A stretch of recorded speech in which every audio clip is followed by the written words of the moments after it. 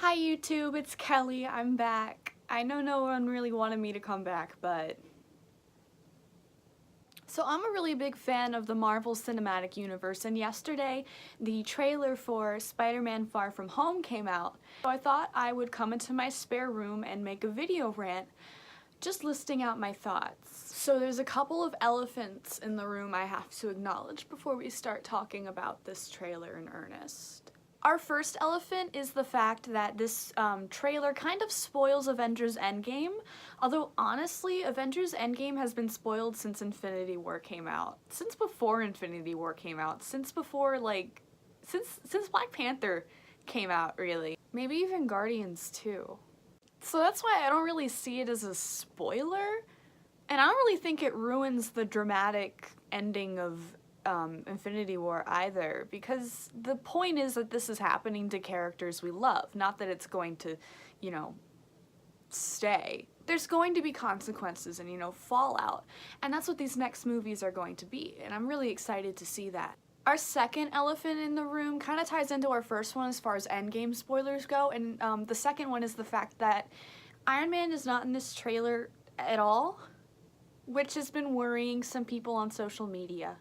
Okay, so the two big Marvel characters are Iron Man and Captain America, and they've been hinting throughout Infinity War and Civil War and all the wars that one of them, maybe both, I hope not, but one of them is going to die, at least, in Endgame. It's going to be the end of their chapter in the MCU, and honestly, I don't know. I hope it's neither. I'm holding out that they won't do it. But I don't think that the Far From Home trailer gives us any evidence as far as it being Tony Stark, because of course they're not going to put Tony Stark in the trailer. Endgame's trailer starts with Tony Stark floating in space with no food or water or anything, probably gonna die. You know, and people were talking about that. People are worried about him. They were asking NASA, I mean, as a joke, but still, you have to care about something enough to tweet about it. There's buzz around him surviving or not surviving, and of course they're not gonna give that away in a trailer for another movie. I think he was pointedly not in the trailer, and I think the You're All Alone and that whole thing with Happy, I think that's part of it. I think it's deliberately misleading the audience to think that Tony Stark's gonna die, but he might die. I don't know. Maybe Robert Downey Jr. is tired of doing this. Basically, what I'm saying is to not trust a word Marvel says until we actually get to see Endgame, which I think is a pretty sound policy. So with that out of the way, we can actually talk about the trailer. I thought that the Far From Home trailer, in a word, was adorable. All of the little high school cutesy things, I love that. I really enjoy that. It reminds me of X-Men Evolution, kind of, which was my favorite superhero cartoon growing up, which was all about the X-Men in high school. But I saw some people on S.H.I.E.L.D. posting in particular not liking that Spider-Man's now a high school drama story, which I've only seen Homecoming once, but from what I remember, Homecoming was not much of a drama. Like, there was the stuff with the academic team and the balancing being a hero and going to school, and you know, he gets bullied and there's a party. I just think it's being authentic to Peter's age in universe, and I don't think there's anything wrong with that. We have like 5+ guys who are all older superheroes. I think having a younger Peter Parker is a really good idea, and you know, I like high school movies sometimes. So I guess this next one is a spoiler.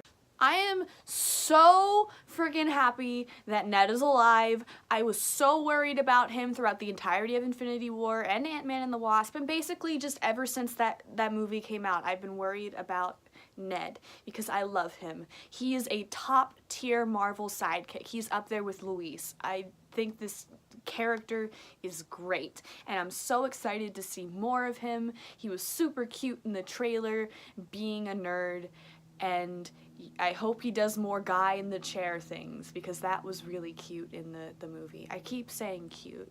I also really like the MJ character in this, and I do air quotes because she's not Mary Jane Watson, like the redheaded girl. I think they only did that distinction so that weirdo fans wouldn't get mad about her being played by Zendaya. I mean, they're still mad about her being played by Zendaya, but whatever. I really liked Zendaya's character in Homecoming. She reminds me a lot of the way I used to act when I was like 16, 17 years old. That sort of insufferable entry-level SJW. There's a moment in the Far From Home trailer where she pulls a little feminist prank on Peter. He tells her that she's pretty, and she's like, is that why I have value to you? And he's like, oh no, oh. And I giggled at it. I think it's cute. I think that their characters are complementary, and I'm excited to see them get closer in this movie. I just hope she doesn't die, because that tends to happen to Spider-Man love interests. Nick Fury's role in the movie kind of intrigues me. Samuel L. Jackson seems to be taking a more active role in the MCU between this and Captain Marvel, and that's exciting because, you know, I love Samuel L. Jackson. I mean, who doesn't? But it also kind of worries me given what I think they're trying to do next. So that's the stuff I thought was cool. Now the stuff I'm a little bit less jazzed about is just the villains and what I think is going to be the general plot. I'm not very familiar with the Spider-Man comics. I'm really only familiar with Spider-Man lore from the cartoons, like the Amazing Spider-Man, the one where nobody has pupils, and the old one everyone makes memes about. So that's where I know Mysterio from. So Jake Gyllenhaal shows up looking like Doctor Strange and fighting, I guess, the Sandman or the Hydro Man, I think he's called. Is kind of weird, but then I thought about it for more than 30 seconds, and I think I have the entire plot of the movie figured out in my head. So I'd prefer if there was some sort of balance there, but they always surprise me. The scene at the end with Flash and Peter and the Hey Dickwad or whatever, that was really funny, and I really liked that upon first seeing the trailer.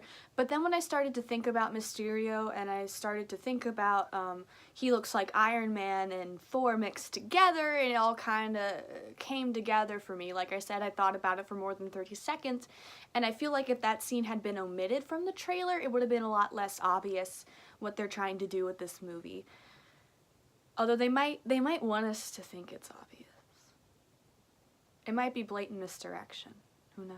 So, in conclusion, I'm very excited for Spider-Man Far From Home. I think it looks adorable. I didn't get to see the first Tom Holland Spider-Man in theaters, and I will definitely be going to see this whenever it comes out. I forget. I think maybe June? I don't know what watching this video accomplished for you, but I hope you had a good time. Thank you for watching. Wheatley did nothing wrong. Don't mention Anita Sarkeesian in a video. That's a bad idea.